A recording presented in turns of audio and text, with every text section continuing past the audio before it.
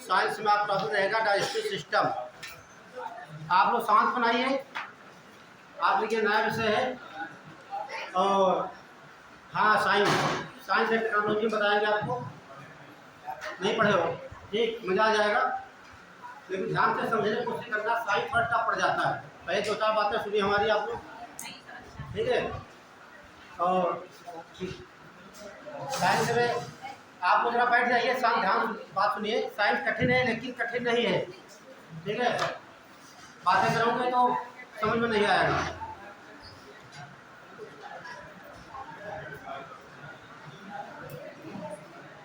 चलिए बैठ जाइए, कोई शोर को नहीं करेगा। जहाँ समस्या हो तो सीधे आप क्वेश्चन कर सकते हो पूछा, ठीक। चलिए देखिए, आइए साइंस में एक चैप्टर है डाइजेस्टिव सिस्टम। बातें मत करिए आप लोग, आपकी आवाज़ें यहाँ आ रही है। माइक नहीं काम कर रहा क्या? आवाज़ नहीं आ रही? अच्छा, इसमें नहीं आ रही, ठीक है। अब आ रही है आवाज़? शांत बनाइए। देखिए चैप्टर है डाइजेस्टिव सिस्टम। आप लोग मेरी बातें ध्यान से सुन नहीं रहे हो, ठीक है। बातें मत करिए, ठीक है। और आप फोकस करिए। ये साइंस का चैप्टर है डाइजेस्टिव सिस्टम, पाचन तंत्र। तो ये सबसे बड़ा चैप्टर है। और जब एग्जाम देने जाएंगे, कोई भी ऑल इंडिया देंगे, यहाँ से दो चार क्वेश्चन आपको मिलेंगे। यूपीपीसीएस से लगाकर पेट तक मिलेंगे आपको। तो सबसे पहले बात बनती है कि इसके अंदर हम क्या पढ़ेंगे, आउटलाइन नोट करेंगे। तो देखिए पहले पढ़ते हैं इसमें प्रोटीन। क्या पढ़ेंगे? प्रोटीन। थोड़ा इंग्लिश में चलेगा? इंग्लिश में ठीक है। हाँ, प्रोटीन क्या ट्रांसलेट हम बता देंगे आपको। प्रोटीन और फैट, कार्बोहाइड्रेट,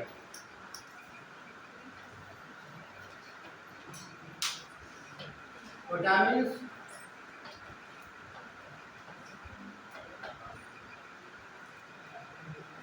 मिनरल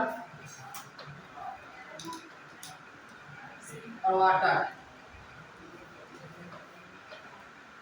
माने protein, fat, carbohydrate, vitamin, mineral, fat, ये 6 खाद्य पदार्थ में लिखा है। और भोजन के रूप में इन्हीं को हम केवल ग्रहण करते हैं, इसके अलावा भोजन में कुछ ग्रहण नहीं करते। Protein, fat, carbohydrate, vitamin, mineral and water.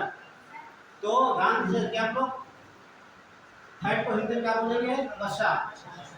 अब क्या बोल सकते हैं? चर्बी। नाम सुना चर्बी का? हाँ, चर्बी से, ठीक है।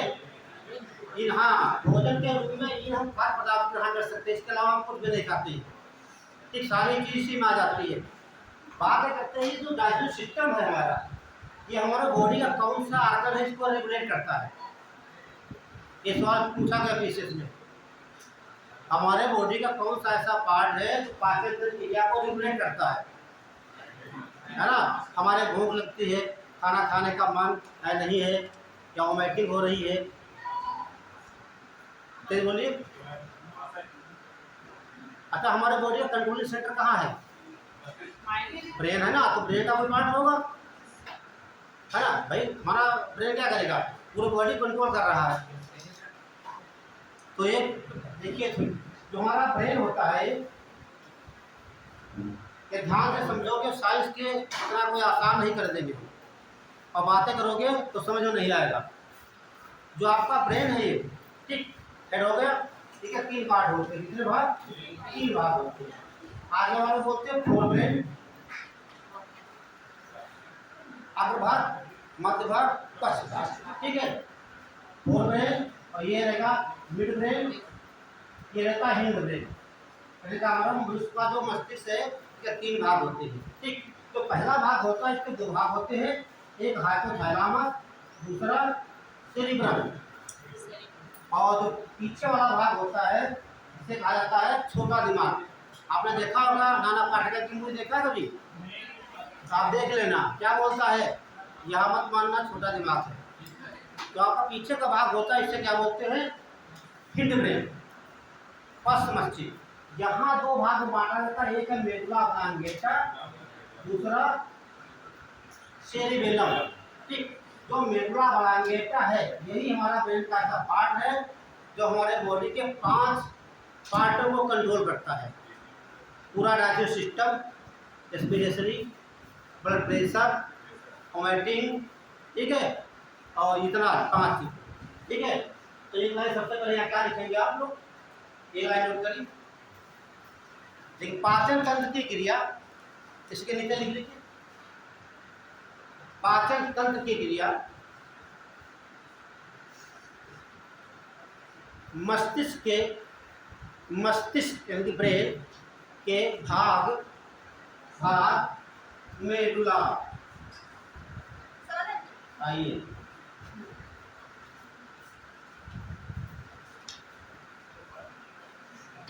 मेडुला ऑब्लांगेटा लिखा हुआ, मेडुला ऑब्लांगेटा।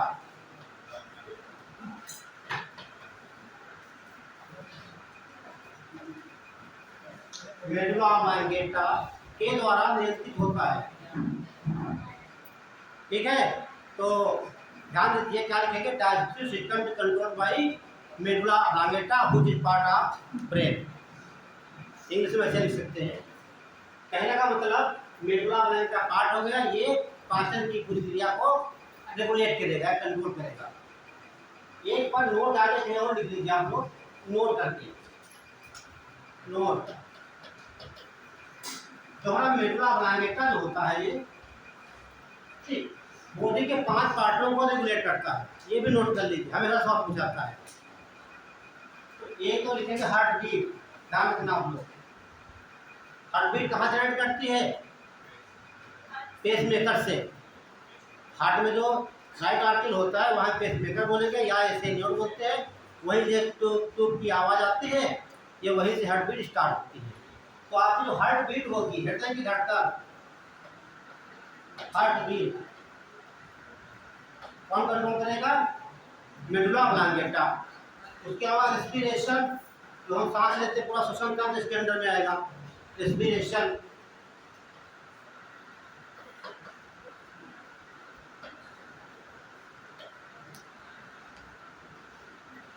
अगला रहेगा ब्लड प्रेशर। बहुत लोग परेशान रहते हैं ब्लड प्रेशर से।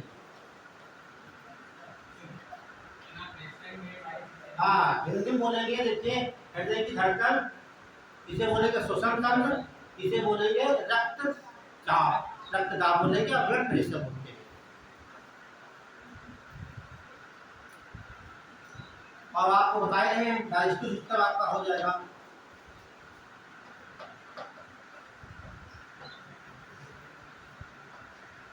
ये पाचन तंत्र हो जाएगा, हिंदी नोट कर लेंगे, हृदय की धड़कन, श्वसन, रक्तचाप, पाचन तंत्र, एक और है वोमिटिंग, उल्टी, ठीक है, वोमिटिंग से बोलते हैं।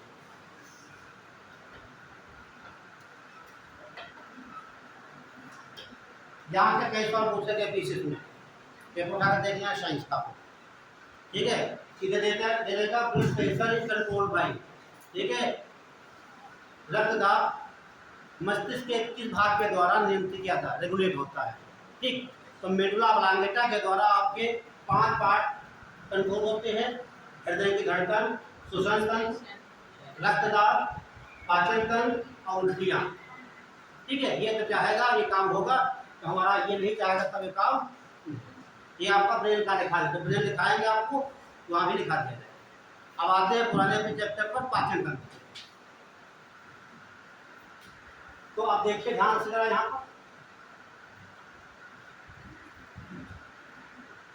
मैंने लिखा प्रोटीन। तो प्रोटीन हमें कहाँ से मिलेगी? ठीक है, 3 स्रोत। प्रोटीन के कितने स्रोत हैं? 3। ये तो हमें मिल सकती है एनिमल से,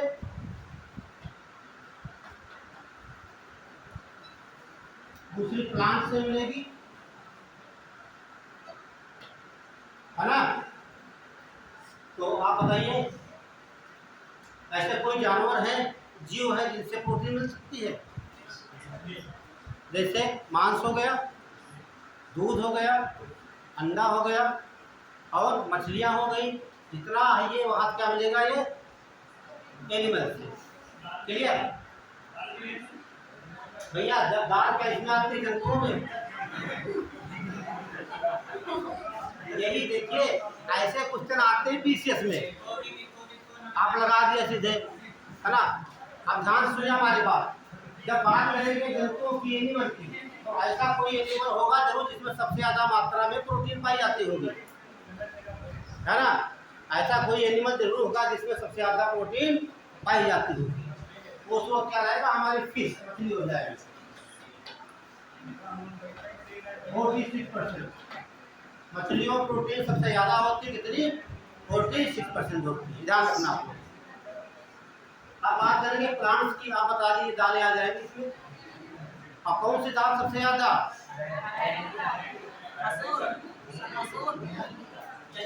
सबके आंसर गलत। हाँ देखिए, आप पढ़ते हैं सबसे ज्यादा प्रोटीन कहाँ पाए? सोयाबीन। तो सोयाबीन सुनते क्या होता है आप लोग? अरहर की तरह दाल होती है। अरहर कैसी होती है?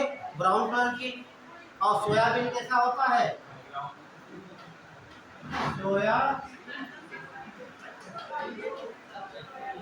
सोयाबीन जो अरहर की तरह होता है, व्हाइट कलर का होता है। ठीक है, व्हाइट बिल्कुल होता है मटर की तरह, लेकिन अरहर के जैसा होता है। उसे फाड़ दो भी तो हो जाएंगे, दाल भी बनती है। तो सबसे ज्यादा प्लांट्स में प्रोटीन कहाँ पाई जाएगी? सोयाबीन में। आप देखते बांटे जाते हैं, सोयाबीन क्या करते हैं? जो जैसे मान लो आप सरसों आप वहाँ होंगी, तो सरसों तेल निकाल लेते हैं, तो खली बचती है ना, उसको जानवर खा लेते हैं। अब जो ये सोयाबीन के दाने होते हैं, यहाँ तेल निकाल लेते हैं, जो रिफाइंड बनकर आता है, आप लोग खाते हैं पूरी कचौरी वगैरह, है ना। जो खरी उसकी बचती है, गोल गोल आती है, उसकी सब्जी बनती है। ध्यान रखना। तो सबसे ज्यादा कहाँ पाई जाती है? सोयाबीन। सोयाबीन क्या है? दाल है। आगे नहीं लेना ब्रैकेट में, ये दाल होती है। और भारत में सबसे ज्यादा मध्य प्रदेश में पाई जाती है। वर्ल्ड की बात करें तो यूएसए में पाई जाती है। ठीक है, दो तो पढ़ा होगा, तीसरा सुनिए आप, नहीं पढ़ा होगा। जो लोग एमएससी वगैरह किए होंगे बायोटेक से, वही समझ पाएंगे। देखिए, तीसरी प्रोटीन हमारे बॉडी के अंदर खुद बनती है, वो सबसे इंपॉर्टेंट है। ठीक है, तो वो प्रोटीन क्या होती है? डीएनए बनेगा। क्या बनेगा? डीएनए से बनेगा आरएनए। आरएनए से बनती है प्रोटीन। ये समझिए, ये क्या बनी? प्रोटीन। ये हमारी बॉडी में खुद बनती है, और जो प्रोटीन बनकर तैयार होती है, ठीक है, यही बनाती है आपकी एंटीबॉडी। उसे बोलते हैं ग्लाइकोप्रोटीन। क्या बोलेंगे? ग्लाइको। Glyco means glycogen. यहाँ लिख करके देखिए, ग्लाइकोप्रोटीन। देखिए, समझने की कोशिश करना, बहुत पूछा था सवाल है। ग्लाइकोप्रोटीन क्या है? Glycoprotein is antibody. ठीक है, एंटीबॉडी क्या कैसी बनी होती है? ग्लाइकोप्रोटीन की। ग्लाइको मीन्स होता है, ये लिखा है ग्लाइको। ग्लाइको होता है ग्लाइकोजन। ग्लाइकोजन ये कार्बोहाइड्रेट है ना। कार्बोहाइड्रेट से बनेगा ग्लूकोज। ग्लूकोज से क्या बनता है? ग्लाइकोजन। तो आपकी बॉडी में एंटीबॉडी होती है, क्या बनी होती है? ग्लाइकोजन प्लस प्रोटीन, क्या कह सकते हैं? कार्बोहाइड्रेट और प्रोटीन की बनी होती है हमारी एंटीबॉडी। एंटीबॉडी काम क्या करती है? पूरा इम्यून सिस्टम वही रेगुलेट करती है। जैसे टीचर क्या करता है? पूरे क्लास को रेगुलेट कर रहा है, उसी प्रकार एंटीबॉडी आपकी बॉडी का इम्यून सिस्टम प्रोवाइड करती है। ये जैसे आपका इम्यून सिस्टम डैमेज होगा, वैसे तमाम बीमारी आ जाएंगी आपको। हमारी बॉडी के अंदर बहुत से वायरस बैक्टीरिया हैं, लेकिन वो एक्टिव रहते हैं। क्लियर? तो ये बात हो गई यहाँ पर प्रोटीन की। अगला ले लीजिए फैट। फैट कहाँ से मिलेगा? वो चीज से मिलेगा हमें।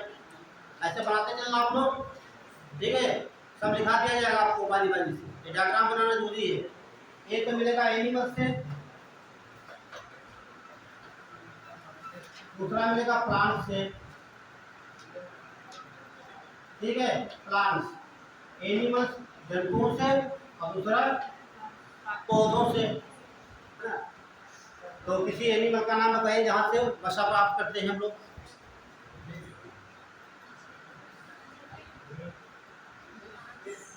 खाते हो नहीं होगे सब लोग? नहीं खाते हो? अच्छा, दूध नहीं पीते हो? तो दूध का कहाँ से निकलता है? एनिमल से। तो मिल्क तो आएगा एनिमल में, है ना। तो मिल्क में तो फैट होता है, वसा होता है, वही तो है चिकनी। जो घी बनता है दूध से, वही तो आपका फैट है ना। तो ये एनिमल से क्या अंडा हो जाएगा, अंडा हो जाएगा, मीट हो जाएगा और दूध हो जाएगा। ये सब एनिमल के निकलेगा आपका, ठीक है। मिल्क है और घी जितना बनता है वहाँ से, ठीक। मांस बहुत बड़ा स्रोत होता है आपका फैट का। सेकेंड बात करें कि प्लांट से क्या प्राप्त होगा? तेल, ऑयल प्राप्त होता है। ऑयल के स्रोत क्या है? बहुत है। जैसे सूरजमुखी मिल जाएगा आपको, नारियल मिल जाएगा, सरसों का तेल मिल जाएगा, है ना। देखिए तो मार्केट में जाते हैं, लिखा होता है वनस्पति घी, है ना। ये लिखा होता है देसी घी। तो वनस्पति का मतलब होता है जो ये वनस्पतियों से तैयार किया होता है तेल। ये जो ऑयल होता है, कोई भी ऑयल होगा, ये जिसको निकल डाल करके, क्या निकल डाल के हाइड्रोजनीकरण कर देते हैं, तो ये वनस्पति घी बन जाता है। ध्यान रखना, ये डालडा कहा जाता है, ठीक है। क्या बोलते हैं? डालडा। तो वहाँ क्या लिखता है? वनस्पति घी लिखा होता है, देसी घी नहीं मिलता है। वनस्पति का मतलब वनस्पतियों से तेल निकाला गया, उससे बनाया गया वसा, फैट। इसीलिए इसे क्या कहते हैं? चर्बी, चिकनी थी। क्लियर?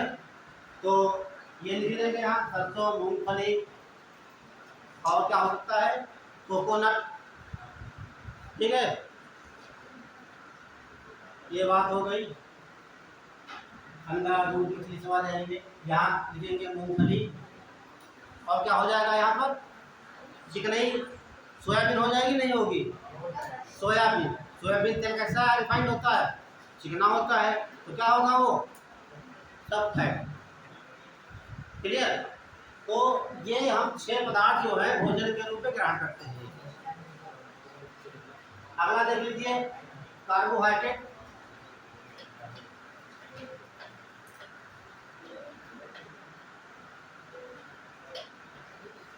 ये भी मिलेगा 2 जगह से, एक तो एनिमल से,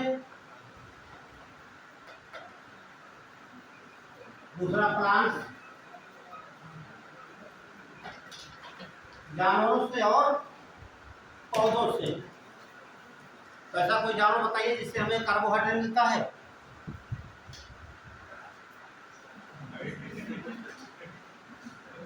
बहुत से एनिमल है ना। जैसे जब हम दूध पीते हैं तो कैसा लगता है? मीठा लगता है। मीठा ही क्या है? आपका कार्बोहाइड्रेट है। तो दूध में कौन सा शर्करा होती है? लैक्टोज, है ना। इसी से बनाया गया लैक्टोमीटर, इसे बना है लैक्टोबैसिलस, इसी से बना है लैक्टिक एसिड, है ना। लैक्टोमीटर, लैक्टिक तमाम की बनती है। इस समय आगे बताया जाएगा, ठीक है। तो मिल्क हो जाएगा यहाँ पर, और मीट भी हो जाएगा। प्लांट से कहाँ निकालेंगे हम? तब ध्यान दीजिए, जब आपके शुगर हो जाता है किसी के, है ना, तो डॉक्टर क्या मना करता है? चाय मत पियो। लेकिन वो ये कभी नहीं कहता चावल मत खाओ, रोटी मत खाओ। चावल में क्या है? सब कार्बोहाइड्रेट है। रोटी में क्या है? कार्बोहाइड्रेट है। आलू में क्या है? सब कार्बोहाइड्रेट। डॉक्टर को पता है आप रोटी, चावल, आलू के बिना रह नहीं सकते हैं। इसीलिए कहता चाय में कितनी चीनी पड़ती है? 1 चम्मच, ठीक। क्योंकि यदि आप चाय नहीं पीते तभी आपका जीवन चलता रहेगा, लेकिन रोटी नहीं खाएंगे, चावल नहीं खाएंगे, तो आप टेंशन में और बीमारियां होती हैं। क्लियर? ये प्लांट में क्या हो जाएगा आपका? लिख लीजिए यहाँ पर, आलू, पोटैटो, चावल, गेहूं, मक्का तमाम हो जाएंगे। क्लियर? आगे देखिए विटामिन। विटामिन। विटामिन पढ़ेंगे दो प्रकार की, है ना। जो आपको बताया जा रहा है ये आउटलाइन बताई जा रही है। ये मत समझना आपका प्रोटीन हो गया, फैट हो गया, का हुआ कुछ नहीं अभी। ये तो 0.1% भी नहीं अभी। ये आउटलाइन है केवल, आपको इतना पढ़ना है इसके अंतर्गत। विटामिन क्या पढ़ते हैं? Water soluble vitamin, water soluble, दूसरा फैट सॉल्युबल।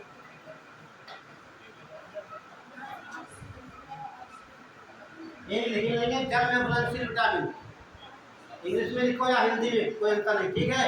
एक विटामिन आपकी हो गई, जल में घुलनशील विटामिन पढ़ना है, और दूसरी क्या पढ़ना है? वसा में घुलनशील। तो ये आपकी हो जाएंगी बी एंड सी। यहाँ बी एंड सी पढ़ना है, और यहाँ क्या पढ़ेंगे हम? ए बी ई एंड के।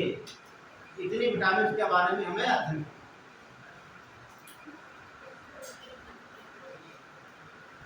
तो ये ध्यान रखा, सवाल पूछा भी जाता है, तो फिर बहुत पुराना सवाल हो गया।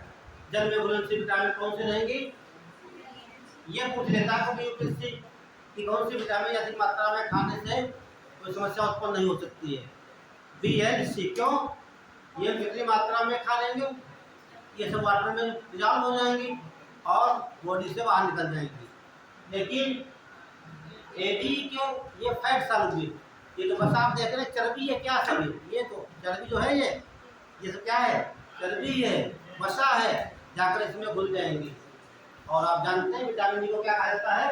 ब्यूटी विटामिन, मतलब सुंदरता की देवी, है ना। सुंदरता के लोग खाई जाती है विटामिन ई, है ना। ई को अरे तो बताएंगे आगे चल के हम। इसे ब्यूटी विटामिन कहा जाता है क्योंकि सुंदरता बढ़ाने के लिए जिम्मेदार होती है।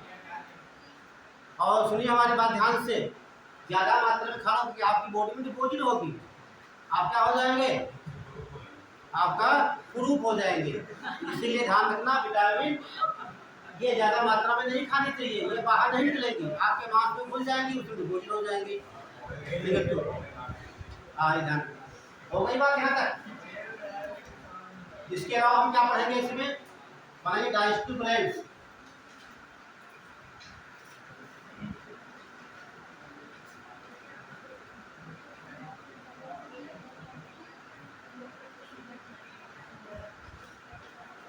डाइजेस्टिव ग्लैंड्स, हिंदी में बोलेंगे पाचक ग्रंथियां। पाचक,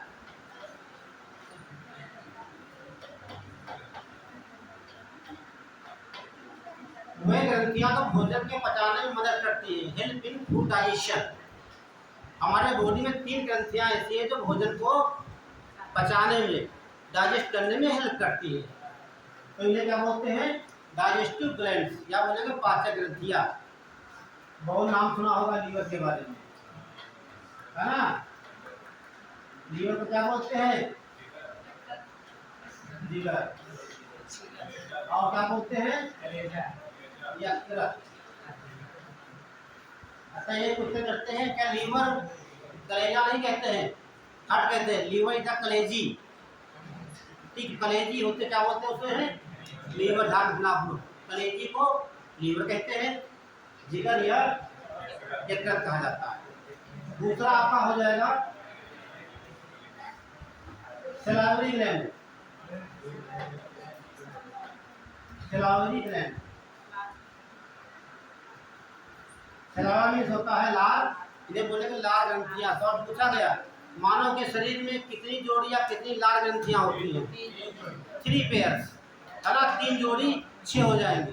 पैराटिड, लिंगुअल, सब लिंगुअल या मैंडिबुलर भी कह सकते हो। लाल ग्रंथियां।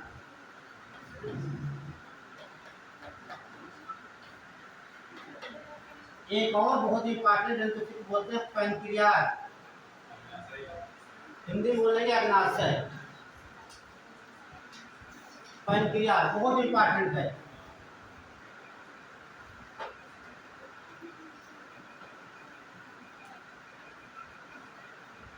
अग्नाशय ग्रंथि,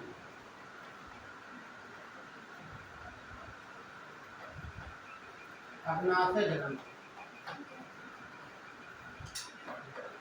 और समझ लीजिए जब शुगर होता है यहाँ से हार्मोन निकलते हैं इंसुलिन, ठीक है।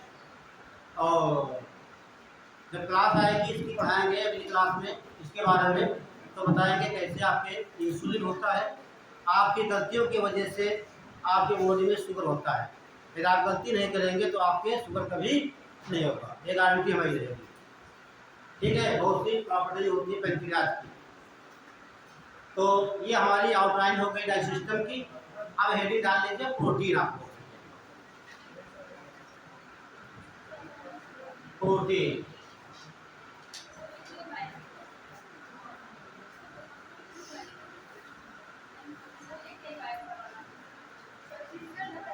हाँ लिख लीजिए, ये लिख लीजिए तीनों, ये डाइजेस्टिव ग्लैंड पाचक ग्रंथियां, लीवर, हाँ लीवर और सलाइवरी ग्लैंड एंड पेनक्रियाज, तीन ग्रंथियां पढ़ना आपको।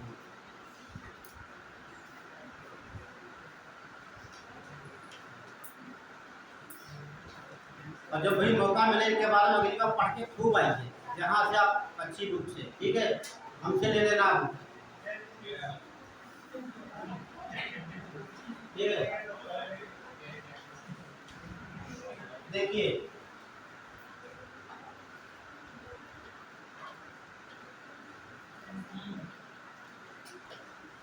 अब यहाँ से क्वेश्चन स्टार्ट होते हैं, प्रोटीन,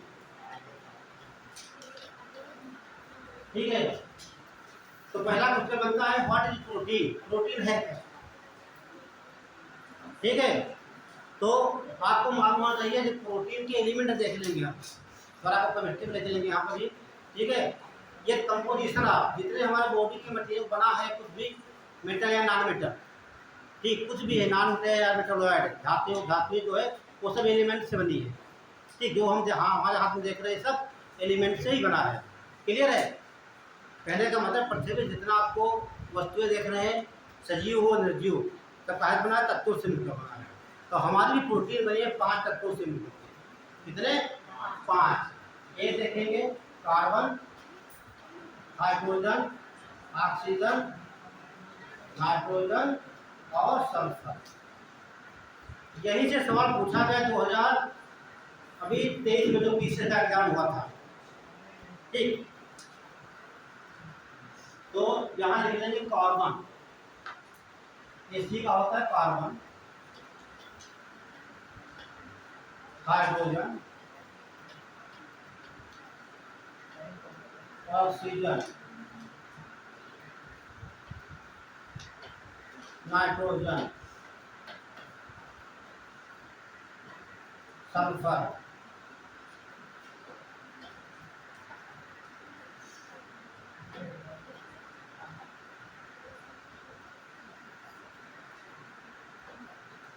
हिंदी में लिखने को जरूरत नहीं, ट्रांसलेट नहीं होता है। कार्बन को कार्बन ही कहेंगे हम, हाइड्रोजन को हाइड्रोजन ही कहेंगे, ऑक्सीजन को ऑक्सीजन कहेंगे, नाइट्रोजन को नाइट्रोजन ही कहेंगे, और सल्फर को सल्फर ही कहेंगे। कोई ट्रांसलेट नहीं, जहाँ ट्रांसलेट होगा हम आपको बताएंगे, ठीक। इन 5 तत्वों से मिलकर बनती है प्रोटीन। तो प्रोटीन क्या हो गई, ऑर्गेनिक कंपाउंड हो गया, एक जैविक पदार्थ, ध्यान रखना ये पूछा जाता है, ये ऑर्गेनिक कंपाउंड हो गया। अब ध्यान से देखिए, आप जो कार्बन होता है इसकी मात्रा 50 से 55%, हाइड्रोजन 6 से 7%, ऑक्सीजन 19 से 26% और नाइट्रोजन 13 से 19%, और ये आता रहता है 4%। ये ध्यान रखना, इन तत्वों से मिलकर बनी होती प्रोटीन। अब बताया क्वेश्चन कैसे बनता है, कैसे क्वेश्चन पूछा गया था, ये परसेंटेज जरूर लिख लीजिए आपको। कार्बन, हाइड्रोजन, ऑक्सीजन, नाइट्रोजन और सल्फर, ये प्रोटीन के कंपोनेंट हो गए, इससे मिलकर प्रोटीन बनती है। और सवाल आपको नोट कर लिया, सवाल याद दिला दे। जो अभी मई पेपर हुआ था 14 अप्रैल या मई में, तो पूछा गया था जो नेचुरल सिल्क होता है, प्राकृतिक रेशम का मुख्य घटक क्या है। पेपर दिया किसी ने, ध्यान रखना। अब आप जानते हैं जो रेशम होता है सिल्क, तो क्या होता है, जो नेचुरल सिल्क होता है रेशम, जिसका सेरिकल्चर कहते हैं ना, तो सिल्क क्या होता है, ये प्रोटीन होती है। क्या होती है, प्रोटीन। और प्रोटीन की यूनिट क्या होती है, अमीनो एसिड। ध्यान रखना। तो कहने का मतलब सवाल ये पूछा गया था कि जो नेचुरल सिल्क यानी कि प्राकृतिक सिल्क जो रेशम है, उसका मुख्य अवयव क्या है। यदि आपको दिया हो रेशम, ऑप्शन दिया प्रोटीन की प्रतिमा होगी, लेकिन यूपीएससी ये नहीं पूछता है, ये भी नहीं पूछेगा। उसने क्या पूछा देख लेना जाकर पेपर में, ठीक है। तो उसने पूछा मुख्य उसका क्या हो जाएगा, नाइट्रोजन। और उसमें नाइट्रोजन ऑप्शन दिया है, ठीक। और जो लोग ध्यान से नहीं पढ़े थे वो ढूंढते रह जाएंगे प्रोटीन। आपको मालूम है सिल्क की प्रोटीन, बट आपको वहां पर कोई ऑप्शन नहीं मिलेगा, ठीक है। तो नीचे लाइन नोट करिए आप लोग। देखिए प्रोटीन का मुख्य अवयव, प्रोटीन का मुख्य अवयव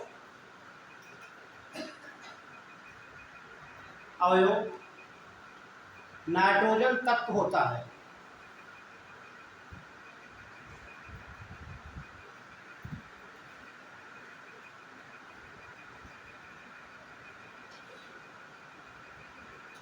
ध्यान रखना आप लोग, ठीक है।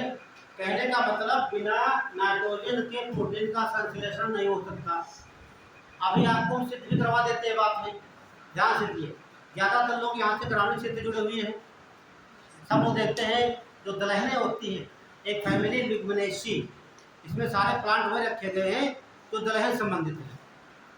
और घर में पूछ भी लेना, जब चना बोए जाते हैं, चना अरहर मसूर, क्या उसमें यूरिया डाली जाती है, क्यों। धान में गेहूं में डालते हैं, मक्का में, लेकिन जब चना बोते हैं, अरहर बोते हैं, मसूर बोते हैं या मटर बोते हैं, तो उसमें हम क्या यूरिया डालते हैं, नहीं डालते हैं, क्यों। सुन लो, जितने प्लांट होते हैं लेगुमिनेसी वाले दलहनी पौधे जो होते हैं, जैसे मान लीजिए एक तो दलहनी पौधा आपका हो गया, मेरी बातें ध्यान से सुनना, सारे गुस्से मिल जाए, कोई भी एग्जाम सुनने का नहीं, साइंस की बात आएगी, ठीक है। जितने गुस्से बने आप कर सकते हो। दलहनी पौधा होता है जो उसकी जड़ें होती है, उसमें निट्रोल गांठें पाई जाती है, क्या पाई जाती है, गांठें पाई जाती है। और गांठों में होते हैं बैक्टीरिया, क्या होते हैं, बैक्टीरिया क्या होते हैं, जीवाणु। यहाँ जीवाणु पाए जाते हैं कुछ बैक्टीरिया। बैक्टीरिया क्या करते हैं, जो वायुमंडल की नाइट्रोजन है इतनी 78%, जब बरसात होती पानी से धुलकर कहाती पृथ्वी पर यहाँ पर गिरेगी, वो चली जाएगी जमीन के नीचे। तो यहाँ पर बैक्टीरिया बैठा है, वो नाइट्रोजन को बदल देता है नाइट्रेट में, ये बैक्टीरिया बदलेगा। और ये पौधे नाइट्रोजन को रूट के द्वारा अब्जॉर्ब कर लेते हैं, क्लियर। तो इसीलिए आप जानते हैं, आप जो बोरी नाइट्रोजन क्या आते उसमें लिखा था 46% नाइट्रोजन लिखा होता है। उत्तर भारत की जो मिट्टी है, यहाँ पर भूगोल देखिए, उत्तर पूछा गया सवाल पीसीएस में कि उत्तर भारत की या उत्तर का मैदान है, इस मिट्टी में किस तत्व की कमी है। तमाम ऑप्शन थे, कैल्शियम, पोटेशियम, एल्युमिनियम और नाइट्रोजन। तो नाइट्रोजन ही है, इसीलिए जब यहाँ उत्तर भारत में खेती की जाती है, फसल उगाना है, तो नाइट्रोजन हम डालते, कहते यूरिया ले आइए। हाँ, यूरिया में नाइट्रोजन कितनी होती है, क्योंकि 100% मटेरियल उसमें है, नाइट्रोजन कितनी 40%, ठीक। और दलहनों में यहाँ नाइट्रोजन बन ली, इसके बाद नहीं डाली जाती। ध्यान रखिए, जहाँ प्रोटीन की बात आएगी, main component is nitrogen. Nitrogen बिना प्रोटीन का संश्लेषण नहीं हो सकता। आगे लाइन लिख लीजिए, नाइट्रोजन प्रोटीन के संश्लेषण में सहायता करती है।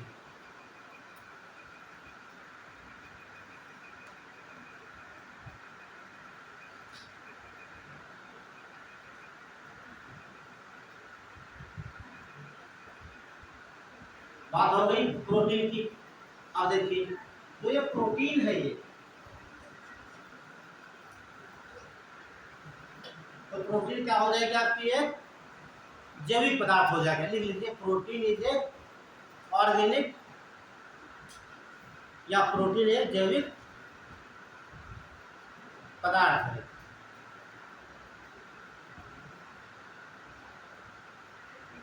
ऑर्गेनिक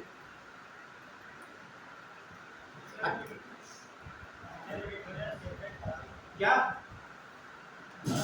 हाँ प्रोटीन एक ऑर्गेनिक जैविक जैविक पदार्थ है। ध्यान रखना ये सब क्वेश्चन मिलते हैं एग्जाम में। प्रोटीन क्या है, जैविक पदार्थ है। ठीक है,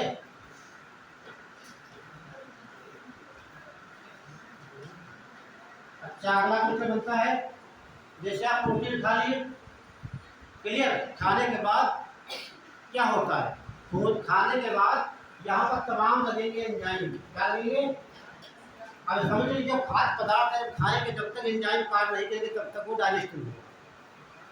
ठीक है, कोई भी खाने वाला मटेरियल है, जैसे समोसा खाइए, कुछ भी खा लीजिए आप, तो जब तक उस पर एंजाइम कार्य नहीं करेंगे तब तक, आपने समोसा खाया तो समोसे में क्या है, जो आटा होता है कार्बोहाइड्रेट हो गया, तेल क्या है वो आपका फैट हो गया, तो फैट को दूसरा कोई पचाएगा, आलू अंदर भरा उसका कोई और पचाएगा। ठीक है, तो लगेगा एंजाइम बदल देते सीधे अमीनो एसिड में।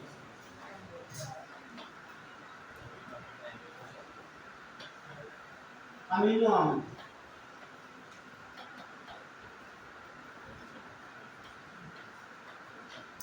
तो प्रोटीन का लास्ट प्रोडक्ट क्या बनेगा, अमीनो अम्ल। तो प्रोटीन की इकाई क्या हो गई, ये सवाल रिपीटेड में पूछा गया। ठीक है, प्रोटीन की इकाई क्या होती है, ध्यान रखना। उसको कहाँ ऑप्शन मिलते हैं, दालें। ठीक है, दालें मिल जाती है, लग जाता है, जानते कि क्योंकि यही बड़ा स्रोत है। तो इकाई ये बना लीजिए आप, एंजाइम पूरा लिखिए आप यहाँ पर, एंजाइम हिंदी बोलते हैं विकर एंजाइम, ध्यान रखना क्या बोलेंगे, विकर एंजाइम को। तो यहाँ पर एक लाइन नोट करिए,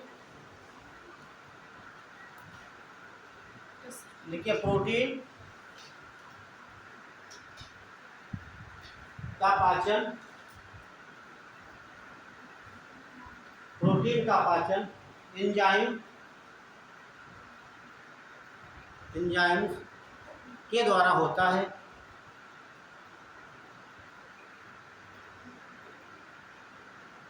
और प्रोटीन अमीनो अम्ल में बदल जाती है।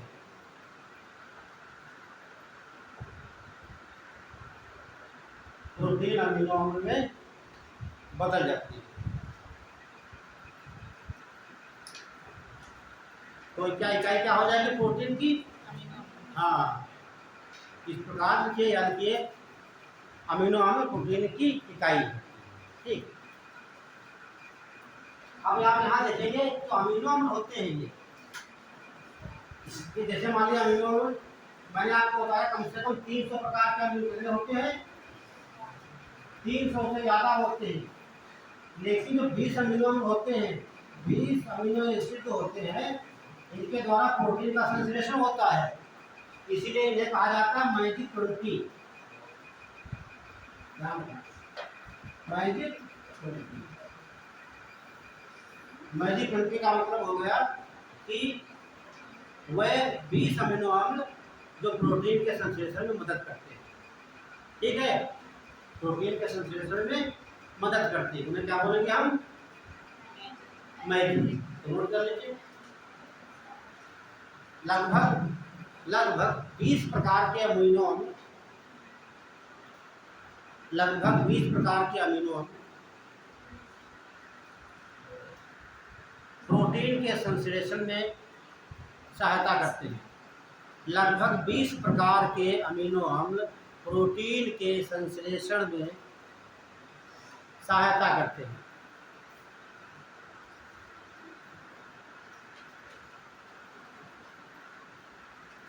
इन्हें क्या बोलते हैं, MAT20 कहा जाता है।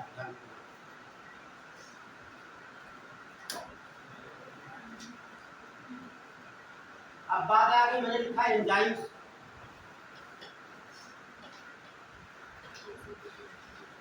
तो हेडिंग डाल लीजिए, प्रोटीन को पचाने वाले एंजाइम। ये सवाल यहाँ पूछा आता है, प्रोटीन को पचाने वाले एंजाइम,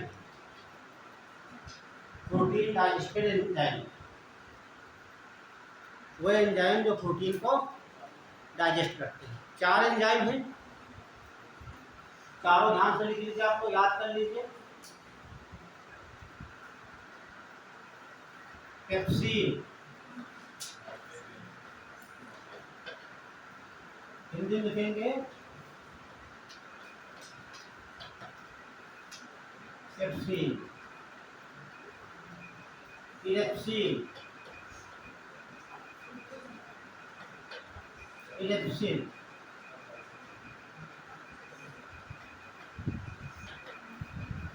चलो साइन बड़ा अलग लग रहा होगा, क्या है सब, है ना। जब क्वेश्चन पेपर हल करोगे तो मिलेगा, ठीक है। इलेप्सिन,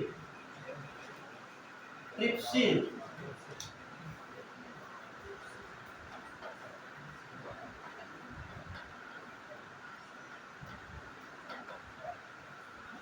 और चौथा लिख लीजिए रेनिन। ये सब एंजाइम है, रेनिन। ये 4 एंजाइम है जो प्रोटीन को डाइजेस्ट करते हैं। कोई भी प्रोटीन लेंगे आप, एनिमल प्रोटीन खाइए या फिर प्लांट प्रोटीन लेंगे आप, दालें खाइए या फिर कुछ और खाइए, है ना, सब डाइजेस्ट हो जाएंगी। बनेगा क्या लास्ट में, अमीनो अम्ल बनेंगे। कुछ क्या खाओगे, जो डाइजेस्ट करने वाले वही तो खाओगे, है ना। एनिमल में बहुत चीज़ आती है। अच्छा यहाँ पर देखो, मैंने लिखा है, यहाँ समझ लीजिए, कुछ पूछा जाता है, ये लिखा है रेनिन, इसके बाद देख लीजिए, आपको बताते हैं। ये जो रेनिन एंजाइम होता है,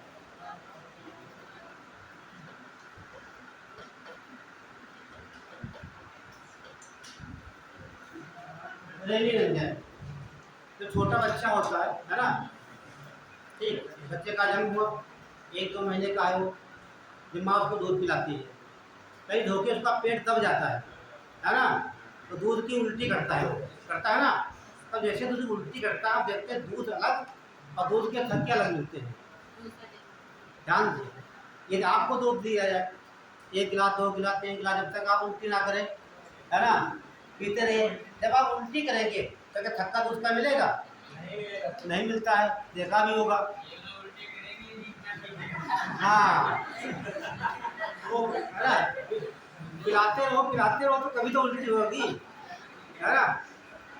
तो अब कारण होता क्या है, जैसे ये आपकी एलिमेंट्री कैनाल है,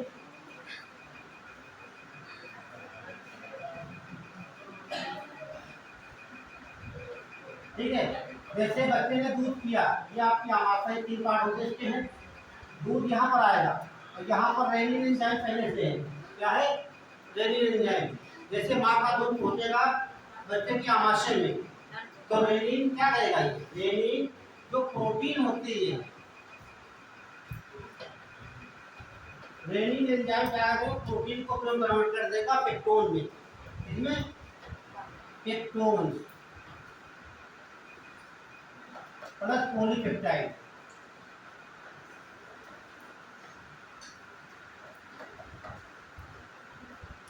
ये जो दूध की माँ के दूध की जो प्रोटीन होगी कहाँ बदल जाएगी, पेप्टोन एंड पॉलीपेप्टाइड, यही दूध के थक्के आपको दिखाई देते हैं, पानी अलग हो जाता है।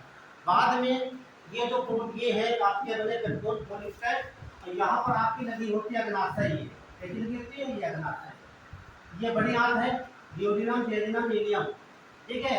जैसे यहाँ पर आएगा, यहाँ निकलता है एंजाइम में काइमोट्रिप्सिन, तो जिसको कन्वर्ट कर देता है अमीनो एसिड,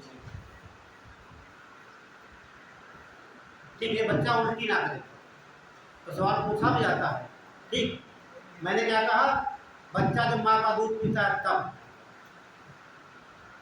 देखिए हम भी तो माँ के बच्चे हैं। गाय का दूध पिलाया जाए, कोई दूध पिला दिया जाए, क्योंकि बच्चा पहले माँ की दूध पीता है। बच्चा कोई भी दूध पिएगा, ठीक। सुन लीजिए, बच्चा गाय का पिए, भैंस का पिए, ये शेर का ले, शेरनी का ले, ये कहीं से, है ना। बस दूध हो, हाँ बस दूध होगा, दूध में प्रोटीन होगी, और प्रोटीन कहाँ कन्वर्ट हो जाएगी, पेप्टोज एंड पॉलीपेप्टाइड की, यही थक्के होते हैं। सवाल एग्जाम में क्या पूछता, सवाल ही पूछेगा, सुन लीजिए ध्यान से हमारे, कि कौन सा एंजाइम है तो केवल बच्चों में शिशुर पाया जाता है और एडल्टों में नहीं पाया जाता है। तो यही रेनिन एंजाइम प्रोटीन को पचाने वाला इकलौता एंजाइम है जो बच्चों में पाया जाता है, लेकिन हम लोगों में नहीं पाया जाता। अब बात बनती है कब तक ये रहेगा बच्चों के आमाशय में, जब तक बच्चा दूध पीता रहेगा, है ना। एक लाइन लिख लीजिए आप, देखिए रेनिन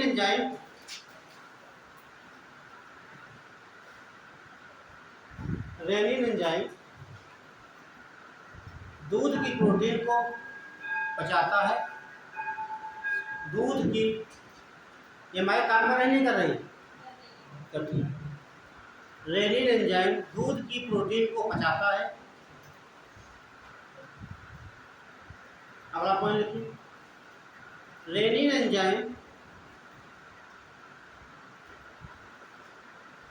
एंजाइम केवल बच्चों की आमाशय में पाया जाता है।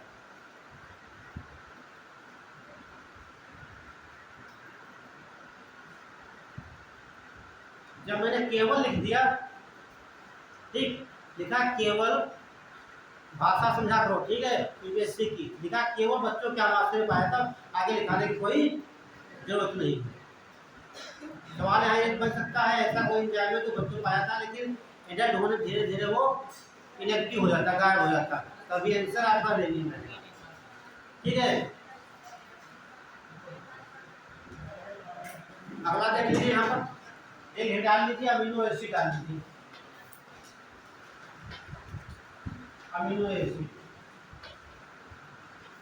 दो भी लिखवा देते तो बहुत इंपॉर्टेंट है, एग्जाम में पूछे जाते हैं।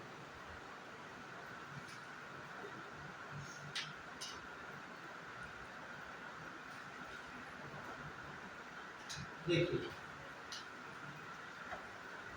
नाम सुना, ग्लिसरीन का नाम सुना, ग्लिसरीन क्या होता है, अमीनो अम्ल होता है। ये सवाल पूछता है कि सबसे सिंपल, सबसे सरल अमीनो अम्ल कौन सा होता है, जैसे लिख लीजिए, ग्लिसरीन सबसे सरल अमीनो अम्ल होता है, very simplest amino acid. Glycerine सबसे सरल यानी कि सबसे सिंपल अमीनो अम्ल होता है, तो ये वेरी सिंपल,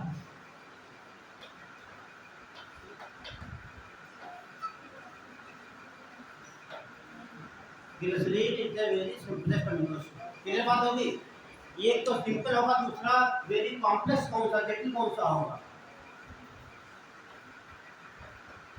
उसे बोलते हैं ट्रिप्टोफान।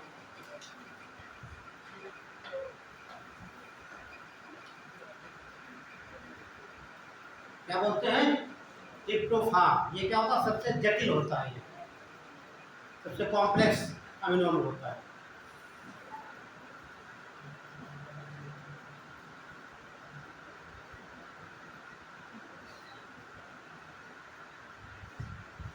और ये ग्वानिन,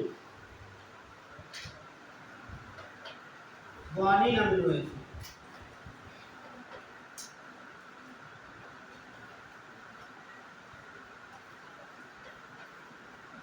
अच्छा ग्वानिन अमीनो अम्ल को देखा किसी ने, क्या दिखा दे, यहीं पर आप कहिए, दिखाते हैं, हाँ दिखा देंगे भी आपको, ये सवाल पूछा जाता है एग्जाम में, नहीं अभी दिखाते हैं, देखिए मुझे दिखाई दे रहा है तो आपको भी दिख जाएगा। जो मकड़ी का जाना होता है, जो एग्जाम दे रहे विशेष का पूछिए, उससे पूछिए, सवाल कई बार पूछा गया, मकड़ी का जाला क्या होता है? मकड़ी का जाला जो होता है प्रोटीन होता है। और कौन सी प्रोटीन होती है? वो अमीनो अम्ल होते हैं। कौन सा अमीनो अम्ल? Guanine amino. ध्यान रखना, आगे लिख लीजिए। यह मकड़ी का जाला होता है। ठीक है, सवाल कई बार पूछा गया विशेष में। अब थोड़ा समझा भी देता आप लोगों को हम यहाँ पर देख लीजिए। ग्वानिन का बॉडी में यूज क्या है? आपने पढ़ा होगा वाटसन क्रिक का डीएनए डबल हेलिक्स मॉडल 1953 या 57 में उन्हें नोबेल अवार्ड मिला। तो आप क्या देखते हैं?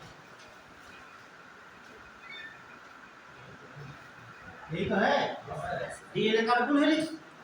तो आप देखते होंगे मॉलिक्यूलर लेवल पे, तो यहाँ बना होता है ये, दो डबल बॉन्ड लगे होते हैं। यहाँ बना होता है टी, एडेनिन हुआ है थाइमिन से, और यहाँ पर होता है जी, ग्वानिन जुड़ा होता है साइटोसिन से।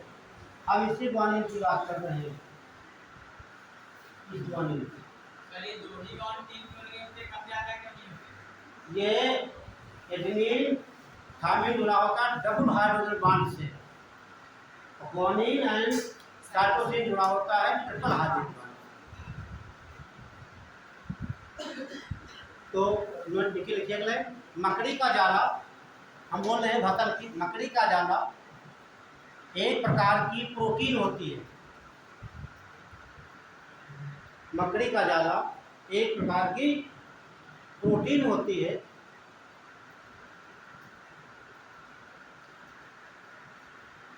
और प्रोटीन किसकी बनी होती है? अमीनो अम्ल की। और मैंने सीधे नाम लिख दिया। देखिए, जब जाला की बात आएगी ऑप्शन आपको मिलेगा ग्वानिन, या क्या मिलेगा आपको? अमीनो एसिड, या मिलेगा प्रोटीन। तीनों ऑप्शन ध्यान रखना। या और कठिन कर देगा तो नाइट्रोजन दे देगा आपको यहाँ। इससे कठिन कोई भी एग्जाम नहीं पूछ सकता है, आप कहीं भी देख रहिए। जाला क्या हो गया? मैंने बताया प्रोटीन। प्रोटीन की यूनिट क्या होती है?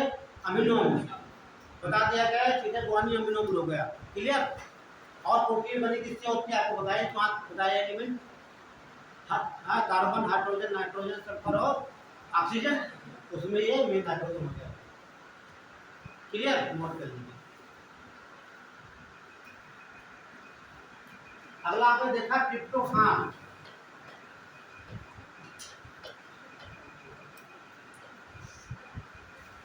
ट्रिप्टोफान, ट्रिप्टोफान ये क्या अमीनो अम्ल हमारा है?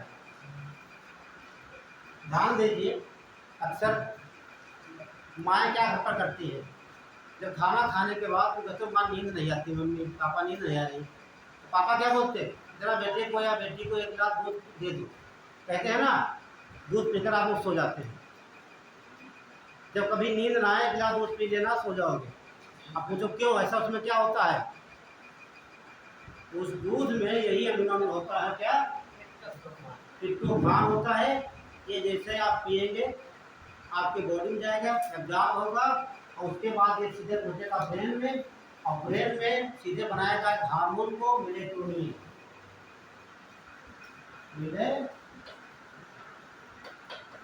ये मेलेटोनिन बनेगा आपका मस्तिष्क में, और सीधे आपको क्या कर देगा?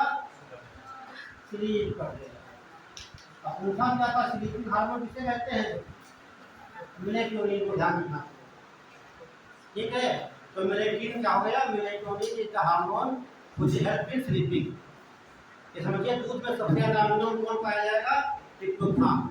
ये पहुंचेगा मेलेटोनिन बनेगा, और मेलेटोनिन क्या आपको सुला देगा। तो इसे क्या बोल सकते हैं हम? सोने वाला हार्मोन या स्लीपिंग हार्मोन कहा जा सकता है। दो लाइन लिख लीजिए। ऐसे सवाल आपको एनडीए, सीटीएस, यूपीएससी मिलेंगे, छोटे एग्जाम में नहीं मिलेंगे। सीधे पूछ लेगा ऐसे कौन सा ऐसा अमीनो अम्ल है जो सोने में हेल्प करता है, हेल्प इन स्लीपिंग। तो ध्यान रखना है, बातें सब लिख लीजिए। देखिए, दूध में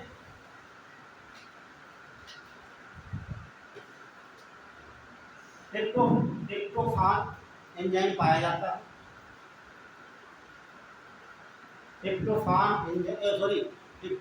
अमीनो अम्ल पाया जाता है। जो कि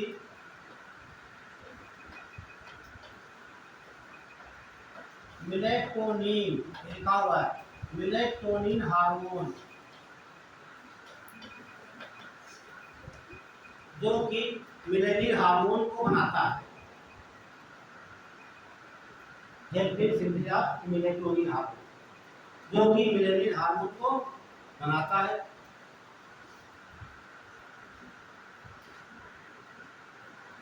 और हाँ क्या करेगा, हार्मोन आपकी सोने में मदद करता है। ठीक है, अब देखिए हार्मोन की बात आ गई। हार्मोन किसके बने होते हैं? प्रोटीन के, है ना।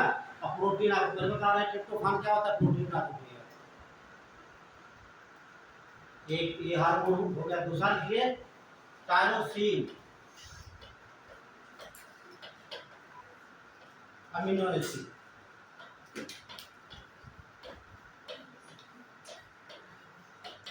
Tyrosine amino acid.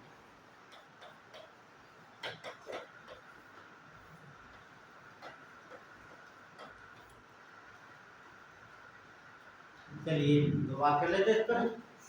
आप देखते हो यहाँ जितने बच्चे बैठे हैं, है ना, मुझे भी देख लीजिए, सबका रंग अलग अलग है। कोई गोरा है तो कोई सांवला है, कोई, है ना। तो ये सब बॉडी का कलर कैसे चेंज होता है? एक माता पिता के दो बच्चे होते हैं, एक गोरा होता है, काला होता है, एक सांवला होता है। आई हमारी बॉडी में ऐसा कौन सा पिगमेंट है जो कलर परफॉर्म करता है? Very good, melanin. एक मेलेनिन सबस्टेंस होता है हमारी स्किन में, मेलेनिन, मेलेनिन।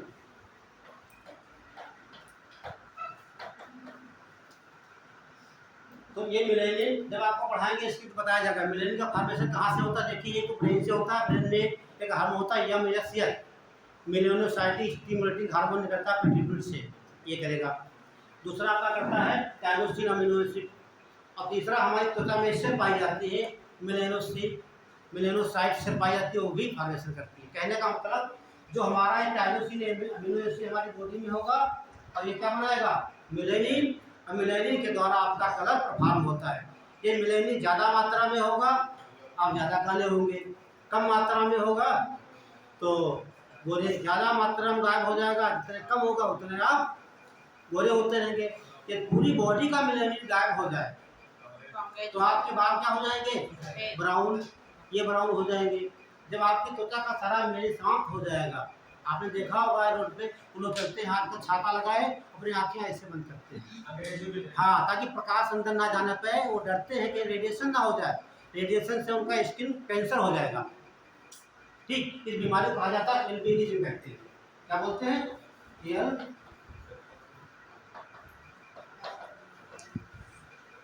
देखिए दो ही गाइड होती बॉडी के पास, एक होती लिकोड्रमा। आपने देखा होगा कुछ लोग होते हैं चकत्ते बने होते हैं, होंठ पे, मुंह पे, हाथों बने होते हैं, पूरी बॉडी में होते हैं, क्योंकि आपको का इतना उतना दिखाई दे रहा है। तो होता क्या है, मान लीजिए आपकी बॉडी की त्वचा है, यहाँ पर मेलेनिन नहीं बनेगा, ये नहीं बनेगा, तो क्या हो जाएगा, ये व्हाइट स्पॉट बन जाएंगे, सफेद दाग बोलेंगे, इसे कवरा कहेंगे। लेकिन ये बीमारी छुआछूत की नहीं होती है, क्योंकि उसकी बॉडी में मेलेनिन नहीं बन पाया, मेलेनिन ने यहाँ पर मेलेनिन नहीं बनेगा तो क्या भाग भाग हो जाएगा, कोई समस्या यहाँ पर नहीं है। हम लोग क्या करते हैं, बैठते हैं बगल में कोई आपको बैठा है तो हट जाते हैं, है ना, कुछ नहीं ऐसा, अच्छा छू कर देख सकते हो। ठीक है, चलिए एक लाइन नोट कर देखिए, अमीनो अम्ल कौन सा अमीनो अम्ल, टायरोसिन, टायरोसिन अमीनो अम्ल, टायरोसिन अमीनो मेलेनिन पदार्थ का निर्माण करता है, मेलेनिन पदार्थ का निर्माण करता है।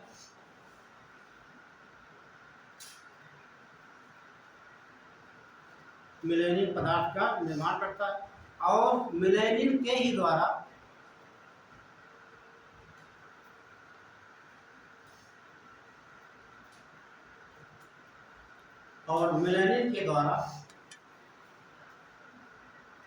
शरीर का रंग होता है। शरीर का मतलब जो आपको बॉडी में दिखाई दे रहा है त्वचा, या हेयर आ जाए, हेयर भी करेंगे कि मेलेनिन आप ये भाग काला काला भाग दिखाई दे रहा है आपका आंख में, ये भी जो मिलेनियम के द्वारा है।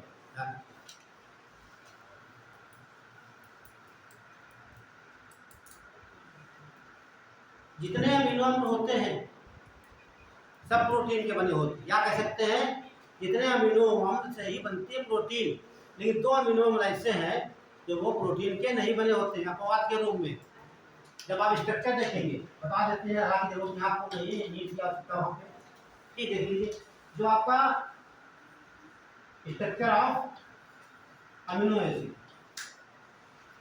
कार्बन हो गया, ये लिखा है अमीन ग्रुप COOH, ये एच है, ये आर, ये इसे कहा जाता है साइड चेन। जितने अमीनो एसिड एक से ऐड हो जाते हैं, और ये अमीन ग्रुप है, ये कार्बोनिल ग्रुप है, दोनों लगे हैं क्योंकि ये माइनस होता प्लस होता, इसीलिए कहा जाता है अमीनो ज्विटर कहा जाता है। ज्विटर आपको पढ़ना नहीं, करने की बात है, ठीक है। और ये जो ऊपर इसे कहा था backbone of the amino acid, backbone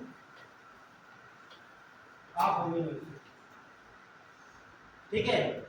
ये सब बने होते हैं। मैंने आपको कहा था प्रोटीन का सबसे मुख्य अवयव क्या होता है, नाइट्रोजन, ठीक। नाइट्रोजन लगा है वो प्रोटीन है, वो ये स्ट्रक्चर होती है, इसे कहते हैं साइड चेन।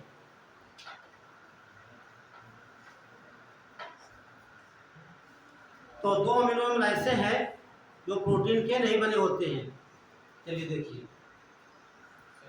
जब आप बैकबोन ऑफ अमीनो एसिड,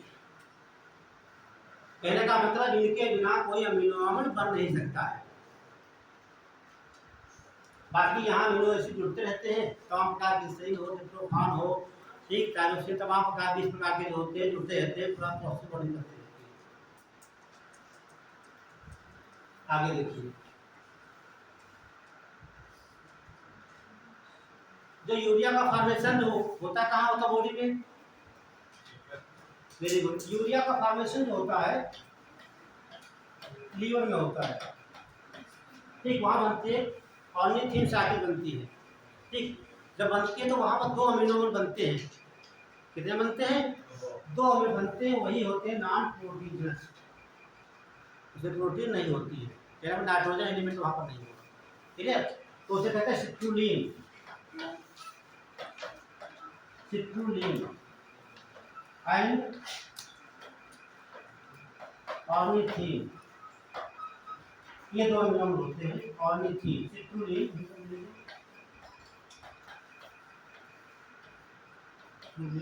और थीन।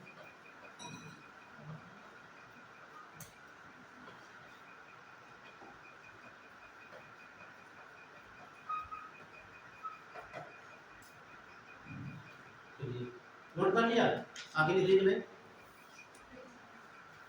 यूरिया क्या कहता है, मूत्र, ठीक। मूत्र का फॉर्मेशन या यूरिया का फॉर्मेशन हमारे लीवर में होता है, और उसके बाद ब्लड में छोड़ जाता है, और किडनी का काम होता है ultra filtration of the blood, blood का अल्ट्रा फिल्ट्रेशन करता है, और वहां से जो वाटर टोटल बाहर निकाल लिए जाते हैं, ठीक है। हो गया, सिट्रुलिन और ऑर्निथिन, ये दोनों अमीनो अम्ल लिखिए। ये दोनों अमीनो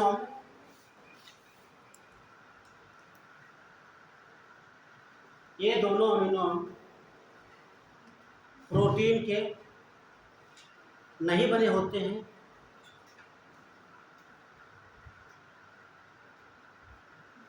और यह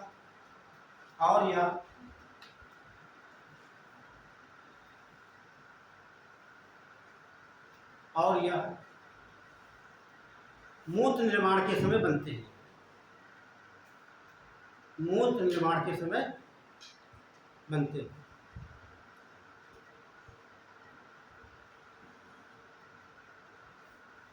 क्लियर। अब लिखिए नोट,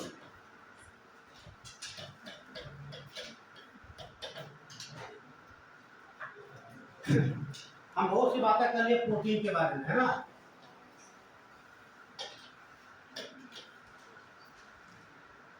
सवाल समझना हमारी बात। यदि आपकी बॉडी हेल्थी है, हेल्थी का मतलब ये तो आपके लिप दिखाई दे रहे हैं, लिप से लगाकर एनस तक, इसे कहा जाता है एलिमेंट्री कैनाल, है ना।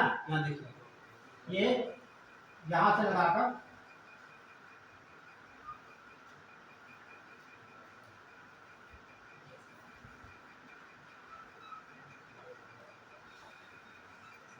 ठीक है, ये पूरी आपकी एलिमेंट्री कैनाल हो गई। ठीक है, ये आप हेल्थी, हेल्थी का मतलब आपके बॉडी यहाँ पर कोई समस्या नहीं है। कहाँ से? हमारे लिप से लगा करके एनस तक। क्लियर? यदि आपको दो स्नेक होता है, स्नेक पॉइजन दे दिया जाए आपको, कोबरा का हो, ग्रेज का हो, आप उसको पी लीजिए, तो क्या होगा बताइए, बताइए। हाँ, देर हो रही, बताएंगे तो भी। देखिए सुनिए हमारी बात, जो सांप का जो पॉइजन होता है उसे पॉइजन नहीं कहा जाता है, उसे क्या बोलते हैं? वेनम कहा जाता है। कभी नहीं कहते सांप का विष, तो वेनम इज ए प्रोटीन। सांप का विष क्या होता है? यदि ऐसा होता तो वैज्ञानिक या डॉक्टर या जो रिसर्चर बैठे वो लिखते क्या? पॉइजन। हम लोग कहते हैं सांप का विष ना, क्या बोलते हैं? वेनम कहा जाता है। Venom is a protein not a poison. ठीक है, जो प्रोटीन है, प्रोटीन हम क्या करते हैं? डाइजेस्ट कर देंगे। प्रोटीन खाएंगे, जैसे यहाँ से आएगी ये। शर्त क्या है? ये आप हेल्थी है, ये मान लीजिए आपके कहीं स्टमक में यहाँ कोई इंजरी है या आपके पायरिया है, आप मुंह में रखेंगे, बहुत कंसंट्रेट होता है ये, तो आपके दांत के जैसे ब्लड के संपर्क में आएगा, क्या आएगा? ब्लड के संपर्क में आएगा, तुरंत जैसे जाएगा बॉडी के अंदर, दो काम करेगा, ये क्या हीमोटॉक्सिक है या न्यूरोटॉक्सिक है। और जहर को जो विष होता है उसे टॉक्सिक कहा जाता है विज्ञान की भाषा में, पॉइजन है, क्या है? टॉक्सिक। ठीक है, हीमोटॉक्सिक का सीधा आरबीसी जो होती है बॉडी में उसे हीमोलाइसिस कर देगा, आरबीसी तोड़ देगा। दूसरा न्यूरोटॉक्सिक जाएगा, नर्वस सिस्टम जाएगा, आपका न्यूरॉन को डैमेज कर देगा, आपकी बॉडी पैरालाइज कर जाएगी। क्लियर? लेकिन जब आपके ब्लड में आएगा तब, यदि ब्लड में आया नहीं, जैसे यहाँ पर आएगा, यहाँ पर आपके क्या है? एंजाइम है, क्या पता है आपको? ट्रिप्सिन, रेनिन और इरेप्सिन, पेप्सिन, ये एंजाइम है, क्या बदल देंगे इसको? अमीनो। ध्यान रखना, ये सांप का बीज जो होता है इसे वेनम कहते हैं। वेनम में प्रकार की प्रोटीन होती है, ये हमारी बॉडी हेल्थी है तो ये हमारी बॉडी एंजाइम क्या करेगी? इससे डाइजेस्ट करेगी। मर जाते हो, काटता है आपके। सांप क्या करता है? जैसे मैंने क्या कहा, जैसे ये आपके ब्लड के कांटेक्ट में आकर आपने भी सांप पे रख लिया, काम करेगा क्या? सब बात गोली यहाँ रख लीजिए, यहाँ रख लीजिए, कुछ होगा? कुछ नहीं होने वाला जब तक आपकी बॉडी में नहीं जाएगी। उसी प्रकार जब तक ये वेनम आपके ब्लड के कांटेक्ट में नहीं आएगा तब तक ये काम नहीं करेगा। मैंने कहा पूरी बॉडी हेल्थी आपकी है, कोई इंजरी नहीं है, ब्लड के कांटेक्ट में आएगा? नहीं आएगा। ब्लड कहाँ जाएगा? डाइजेस्ट होगा, बन जाएगा अमीनो में, यहाँ पर छोटी आंत यहाँ पे कर लिया जाएगा। जो लाइन नोट करिए इसमें। देखिए सांप के विष को वेनम कहा जाता है, ये लिखा है, इसको ध्यान रखना आपको, वेनम।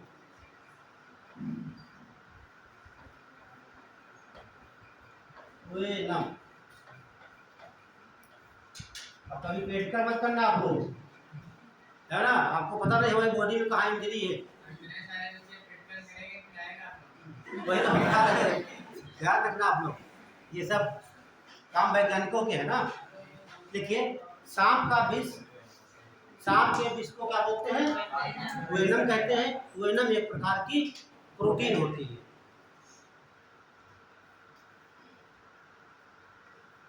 वेनम एक प्रकार की प्रोटीन होती है।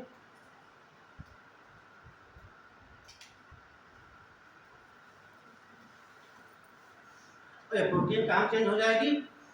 अमीनो यूनिट किसकी होती है? प्रोटीन की, है आपको बताए। प्रोटीन कहाँ बदल जाएगी? अमीनो में बदल जाएगी। ये अमीनो हमारी बॉडी में स्टोर हो जाते हैं, कोई काम करता है। ये आपको बताया मैंने, ट्रिप्टोफान, ट्रिप्सिन, ग्लिसरीन, तमाम प्रकार के होते हैं, 20 प्रकार के होते हैं। ठीक है, ये अगला डाली heading types of protein. Types of protein,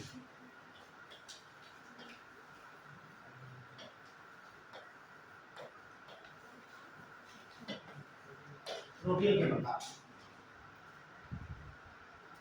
पहला सवाल एक बनता है, जो आपकी बॉडी है मेनली बनी प्रोटीन की, बालों में अलग प्रोटीन, त्वचा में प्रोटीन, जितने बॉडी पार्ट आपके सब प्रोटीन के बने हैं। किसमें? हाँ भैया, अभी मिलेगी आपको। ठीक है, जितने जीव सब आ जाएंगे संसार के हैं। ठीक है, आपकी बॉडी कोई भी पार्ट है प्रोटीन का बना हुआ है। ठीक है, तो आपकी बॉडी जो है, बॉडी कितना वेट जो होता है प्रोटीन का होता है। सवाल पूछा गया, मनुष्य के शरीर के कुल भार का प्रोटीन कितने परसेंट होती है? 60%। लेकिन मेडिकल नहीं मानता है। यदि आपको मेडिकल का एग्जाम देना नीट का, तब ये नहीं मानेंगे। मेडिकल क्या करेगा, वो मानता है ये लेने का प्रोटीन बांट देगा मेल में और फीमेल में। मेल की बात करेंगे, टोटल बॉडी वेट का 20% होती है आपकी प्रोटीन हमारे वर्ड में, और जो फीमेल होती है 25% होता है। क्लियर? ध्यान रखना, ये मेडिकल मानता है।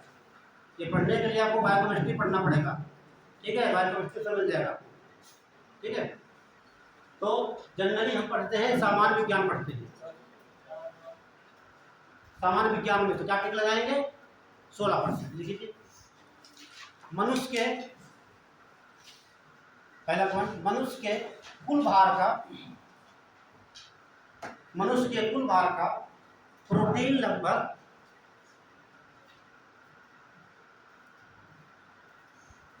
16% होती है। लगभग 16% होती है। ये सर समानता का अधिकार नहीं, 20% सुन लो, देखिए ये डिपेंड करता है हेल्थ पे। अब बताने की आवश्यकता नहीं, कंपेयर कर सकते हो, है ना। और ध्यान दीजिए, जीवन प्रत्याशा भी महिलाओं के ज्यादा है भारत में, पुरुषों की अपेक्षा। ठीक है, चलिए आगे लिखिए। जानिए, दो पॉइंट देखिए। केराटिन, केराटिन प्रोटीन,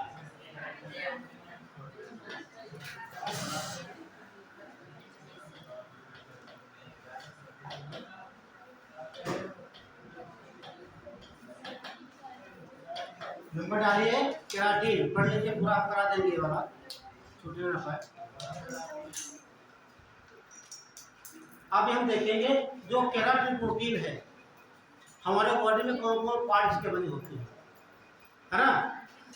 तो अभी किसी भाई ने बात की थी, बालों की बात की थी, तो हमारे जो हेयर हैं, हेयर, स्किन और नेल, है ना।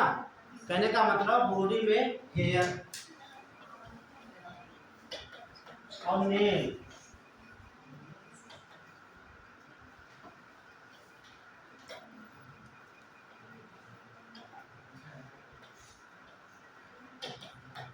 और आपको बताया स्किन, एक स्किन बनी होती है केराटिन प्रोटीन की। इसके अलावा अच्छा, हमारे बाल और पक्षियों के बाल में कोई अंतर है? हाँ भैया, उन्हें पंख कहते हैं, बाल कहते हैं, कोई अंतर नहीं, वो भी सही ढकते हैं, तो फीका हो जाएगा। ध्यान रखना। तो क्या बोलेगा, एग्जाम्पल समझ लीजिए, सीधे बोल देगा भारत का राष्ट्रीय पक्षी कौवा की स्टेटस यानी कि मोर है, तो उसके पंखों में कौन सी प्रोटीन होती है, किस प्रोटीन के बने होते हैं। अब मोर का पंख हो जाए, कौवा का हो, बात तो एक ही है। क्लियर? अब ये हेयर चाहे किसके हो, राजनेता के हो, चाहे मजदूर के हो, अब चाहे भैंस के हो, चाहे हाथी के हो, बात बराबर। नाखून, नाखून किसी के हो, अब नाखून गांधी जी के थे ही नहीं है, कभी तो रहे होंगे। अगर देखिए जब थे तब रहे होंगे। अगला देखिए, जो हॉर्न सींगें होती जानवर की, हॉर्न जानवर की सींगें जो होती हैं वो किसकी बनी होती हैं? केराटिन। अब उससे घुमा देगा, बोलेगा भारत के काजीरंगा नेशनल पार्क आसाम जोरहाट में एक सींग गैंडे पाया जाता है। उसकी जो मुख्यता देखा जाता है कि उसकी सींगें जो होती हैं किस प्रोटीन की बनी होती है? केराटिन की।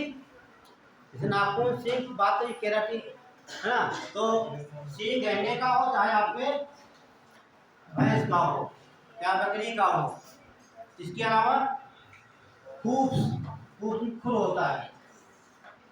खुर जो होते हैं, खुर जानवरों के होते हैं, घोड़े की टाप होती है। खुर खुर मतलब जो जानवर क्या बोलते हैं? खुर कहा जाता है। घोड़े की टाप खुर हो गए, भैंस की टाप दो होते हैं। तो काय बने होंगे सब? ये नोट कर लीजिए, ये सब बने होते हैं केराटिन प्रोटीन के। 3 पार्ट हमारे हो गए, हेयर, स्किन एंड नेम। बाकी सब एग्जांपल लगा लीजिए आप लोग।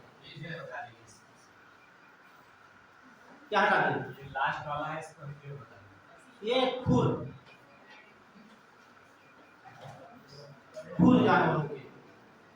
देखिए, बाल, नाखून, त्वचा, चिड़ियों के पंख, जानवरों की सींग है और जानवरों के खुर। क्लियर? ऐसा लिख लीजिए आप लोग। ये सब काय बने होते हैं? अगला नंबर डाल दीजिए आप लोग।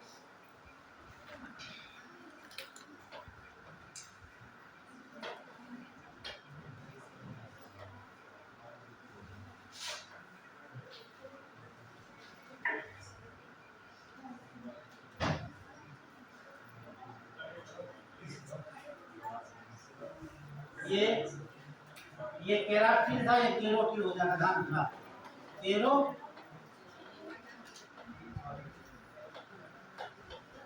ध्यान से नोट करते चलिए आप लोग। दोनों में बहुत बड़ा डिफरेंस है। एक केराटिन, दूसरी केरोटिन। हिंदी में ज्यादा अंतर नहीं है, लेकिन अंग्रेजी में आपको अंतर दिख रहा होगा। एक के से लिखा है, सी से लिखा हुआ है। जब आप मार्केट में दूध लेने जाते हैं, है ना, या कहीं जाते हैं तो कहते हैं भैंस का दूध से गाय का नहीं चाहिए, है ना। दोनों डिफरेंस क्या लगता है? गाय का दूध हल्का पीला होता है और भैंस का दूध बिल्कुल हल्का नहीं, पूरा सफेद होता है ना। गाय का पतला भी होता है। ठीक है, हम कलर की बात कर रहे हैं। ठीक, गाय का दूध हल्का पीला होता है, तो किस कारण पीला होता है? लिख लीजिए आगे, गाय का दूध हल्का पीला इसी प्रोटीन के कारण होता है।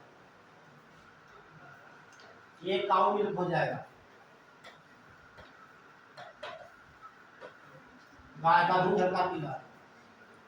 लेकिन जब हम बात करेंगे दूध के बात करेंगे, ठीक है, तो वहां प्रोटीन होती है केसीन। केसीन केसीन प्रोटीन कहाँ पाई जाती है? मिल्क में। यदि वो बात करता है गाय के दूध में कौन सी प्रोटीन होती है, तब क्या करेंगे? केरोटिन। और जब बात करेंगे आपके केवल दूध की बात की जाएगी तो केसीन टिक करते हैं। तो casein is the protein of milk. नहीं, गाय में तो होगी ये केरोटिन प्रोटीन, इसी की वजह से दूध आपका क्या होता है? हल्का पीला होता है। अब भैंस के दूध में केसीन होती है, इसलिए दूध का हल्का हल्का का पूरा बैठ।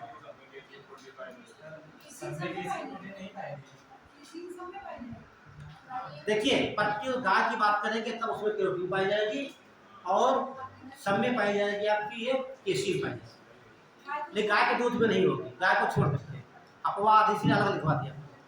देखिए, जब बात करेगा गाय का दूध हल्का पीला क्यों होता है, पहला क्वेश्चन, गाय के दूध में कौन सी प्रोटीन होती है, तब टिक करेंगे हम carotene.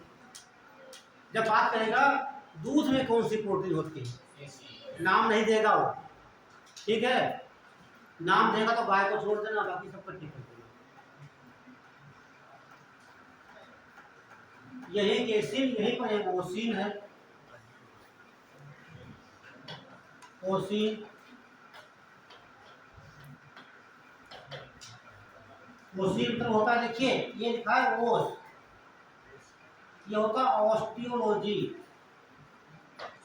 Osteology study of bones.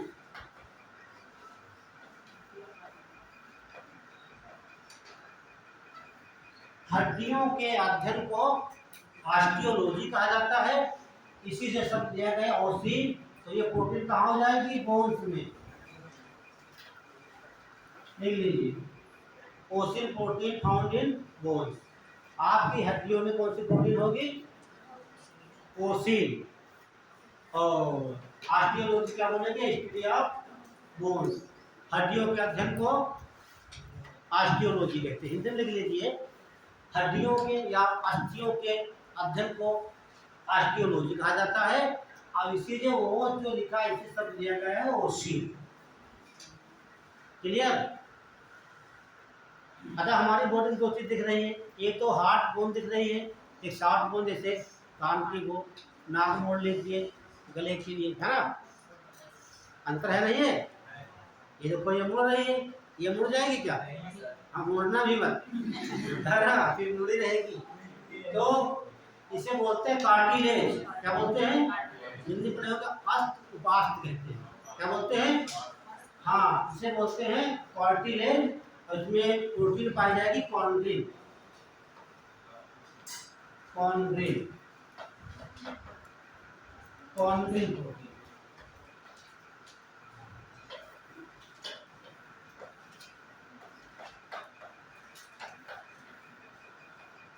Chondrin protein, ये जो शॉर्ट पार्ट होते हैं कॉन्ड्रिन, ठीक? लिख लीजिए, कॉन्ड्रिन प्रोटीन होगी।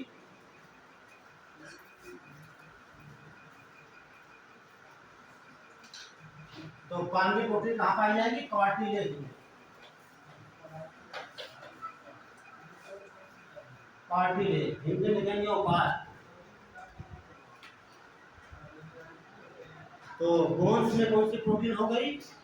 ओसिल। हमारी बोन्स किस प्रोटीन की बनी है? ओसिल की। और जो कार्टिलेज कहाँ को दिख रहा है? देखिए, गले में ये रिंग दिखाई दे रही है, नोज है, ये ईयर है, और उसके अलावा जो हड्डियां होती जुड़ी होती है वो व्हाइट कलर का लगा होता है। जो आप ये देख रहे हैं, रिप्स लगी इधर है, रिप्स इधर रिप्स लगी है, 12 12 24 हो गई। बीच में जो ये स्टर्नम लगा हुआ है, क्या लगा है? स्टर्नम, टी के आकार का, ये स्टर्नम हो गया। और यहाँ पर सफेद से मांस जैसा रखा हुआ है, उसे कहते हैं वो कार्टिलेज ही पाया जाता है। ये आपका होता है कार्टिलेज होता है। इसी में पसलियाँ घुसी होती है, जिसे मोटा सीना पतला सीना कहा जाता है। ठीक है? उपास्ट लिख लीजिए, उपास्ट। और कार्टिलेज लिख देता है, ध्यान रखना। ये बात हो गई। अगला बढ़िए, देखते हैं हीमोग्लोबिन। नंबर डालते हैं आप लोग।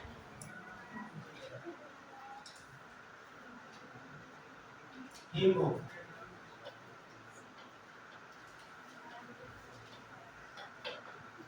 डॉक्टर लोग क्या लिखते हैं? एचबी।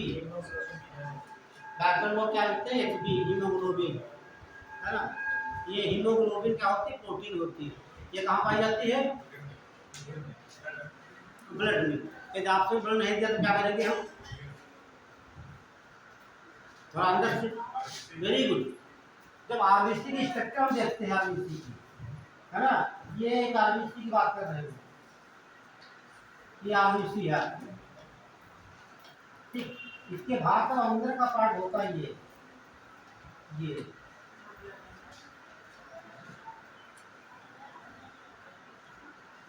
जो ये पार्ट अंदर वाला, इसे क्या कहा जाता है? यही आपका हीमोग्लोबिन है। लंबाई 7.2 मिक्रोन, चौड़ाई 2 मिक्रोन, ठीक है? आरबीसी के अंदर होती है हीमोग्लोबिन, ठीक है? तो ये पूछा जाता है, ये कहाँ पाई जाएगी? आपका मिलेगा ब्लड या आरबीसी लिख लेना। हाँ, लंबाई 7.2 मिक्रोन, बाद में लिखा देंगे, छोड़ दीजिए, अभी पढ़ाएंगे ब्लड जब आपको, ठीक है? तो कहाँ पाई जाएगी हीमोग्लोबिन? आरबीसी या ब्लड, दोनों ऑप्शन ध्यान रखना। कोई स्टेट का एग्जाम दे रहे हैं तो ब्लड टेस्ट करना, यूपीएससी का तो आप इसी आपने लगा देना, क्योंकि आप इसी के अंदर पाई जाती है। अगला लिखिए मायोसिन। मायोसिन प्रोटीन, ये मायोसिन मसल्स होता है, मांसपेशियों।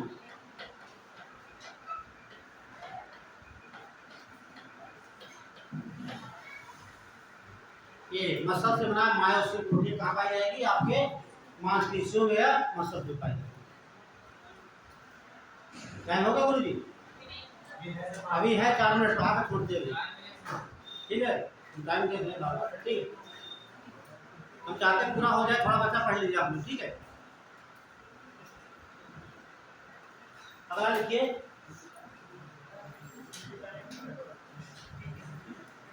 Gene protein. ये पूछा का पीछे में 2 बार, ये मात्रा पाई जाती है। क्या पाई जाएगी? जो पेपर दे रहे हैं पीछे का जीन पूछे में 2 बार, एक बार कैटमेरिज, ये जीन लिखा है। जीन प्रोटीन कहाँ पाई जाती है? मक्के के दाने में। और ये लिखे ग्लूटीन। ग्लूटीन कहाँ पाई जाएगी? वेरी गुड, ग्लूटीन पाई जाएगी गेहूं में।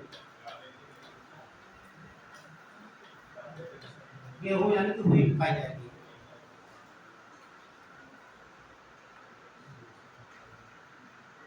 ये सब प्रोटीन बहुत इंपॉर्टेंट है, काम पूछी जाती है, यूपीएससी के और भी एग्जाम देंगे।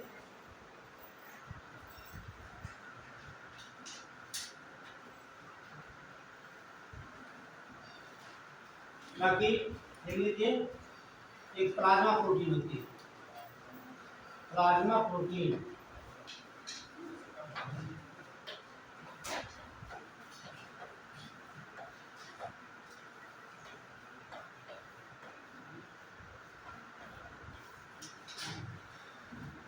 प्लाज्मा प्रोटीन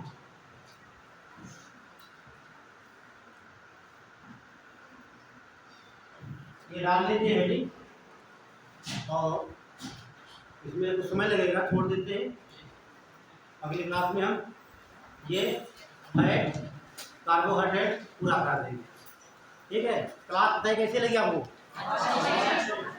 पढ़िए, सारे क्वेश्चन आरआरबी दीजिए।